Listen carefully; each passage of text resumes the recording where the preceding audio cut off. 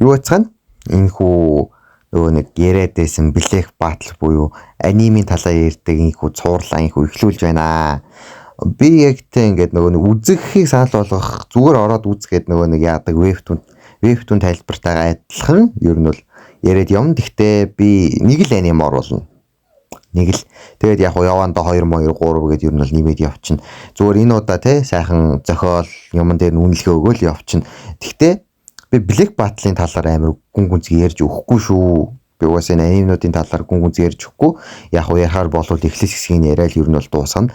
Дээрээс нь те нэг тийм юу бол байхгүй шүү. Надаас тийм юм гордод хэрэггүй байх шүү. Тийм нөгөө нэг товшилж ярьдаг тийм юм. Би угаасаа бүр тэрэндээ үнэхэр муу юм бэл.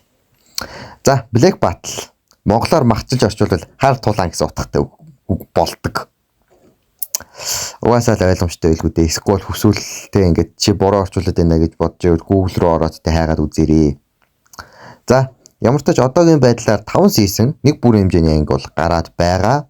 Яг уу хэрэг те намайг үзээгүй хооронд нэмээд гарчааг бол дээрээс нь те би үндэл аним үзэх хүсэл алгаа. Бас webtoon унших үнэхээр хүсэл алгаа. Тиймээс те нэг хэсэгтээ бичлэг орохгүй ч гэж магадгүй л. За яах хамаагүй. Тэгтээ асал засагж шүү. 2008 онд хамгийн анх Black Battle-ийн 1-р season ер нь бол засагж ийсэн, гарч ийсэн байдیں۔ Тухайн үедээ те ингээ Haze Ultimate-тэй адилхан асар их цус гаргадаг байснаар ер нь бол их алдартай. Haze Ultimate-ийн бараг л юу гэж хэлж болохоор байсан. Яг нарийн түүхийн ярьж өгвөл Phantom Hybrid гэдэг нэгтэй бүр ингээд англи эзэнт гүрний хатны те ингээд бүр ингээд газар доорх ертөнцийг нь хяндаг амар том гэр бүл. Энэ гэр бүл нь ер нь бол хатааны үнэж тоход гэж явдаг. Газар доорх гэмт хэргийн бүлэглэл буюу те нөгөө нэг мапууд, хар зах гэх мэт зүйлсийг өдөрддөг. Ер нь бол жоохон гэмт хэргийн маяг гэр бүл ч гэсэндээ хатааны үнэж ноход гэж дуудагддаг. Хатаанд маш үнэж, англи эзэнт гүрэнд хүртэл маш үнэж гэдгээр нь алдартай гэр бүл. Ер нь бол харанхуй гүн гэдэг баха. Нэг үгээр бараг л Бэтменүүд гэж ер нь бол хэлж ер нь бол болно. Угаасаа л Бэтмен л дээ. Ямар ч тач энэ хүү те гайхалтай аним маань тийм амар гүн гүнзгий утга ойлголт байхгүй. Чи хэрв те Black Battle үзэхээр төлөвлөж байгаа бол чамд гэж хэлэхэд заавал те 1-р season-ээс нь ахуулаад 5-р season хүртэл бүгдийг үзэх албагүй. Чи те зүгээр ингээд салангатаа 1-р season үзчихээ бусад season-ыг алгасч юу нь болно. Угаасаа өнгөрснөө нэг тийм дуртаад байдаггүй. Дээрээс нь манай те гол дүрийн яг нь жоохон те back story-г нь зүгээр нэг бүлэг болгон дээр нэг жоохон дуртаад явчихдагаараа алдартай. Зүгээр ингээд нөгөө нэг манай гол дүрийн те зүгээр зорилгыг баг багаар л харуулдаг. Тэргээр л юу нь их алдартай. Би тэгээ та нарт ингээд бас юу ярих вэ? Тийм биз дээ ингээд зүгээр 1800 оны үеийн Бэтмен. Ер нь бол яг шууд утгаараа хэлвэл тийм л юу. За, ямар ч тач те зохиолын хувьд бол 10-аас 8.7 гэдэг үнэлгээ өгсөн. Миний хувьд зөвхөн миний хувьд сануулчих. Миний хувьд шүү дахиад. Яагаад гэж бодож байгаа талаараа ер нь бол төгсгөлд нь хэлэх болохоор ингээд зүгээр би ингээд үнэлгээг нь хэлчихье. За, дараачих нь те ингээд дүрийн хөгжүүлэлт.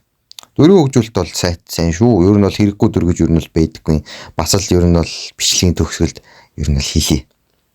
Тэр нь хамаагүй гоё амар байгаад байгаа юм угаасаа. Дараачих нь болохоор зэрэг дөрүүдийн харилцаа яриа.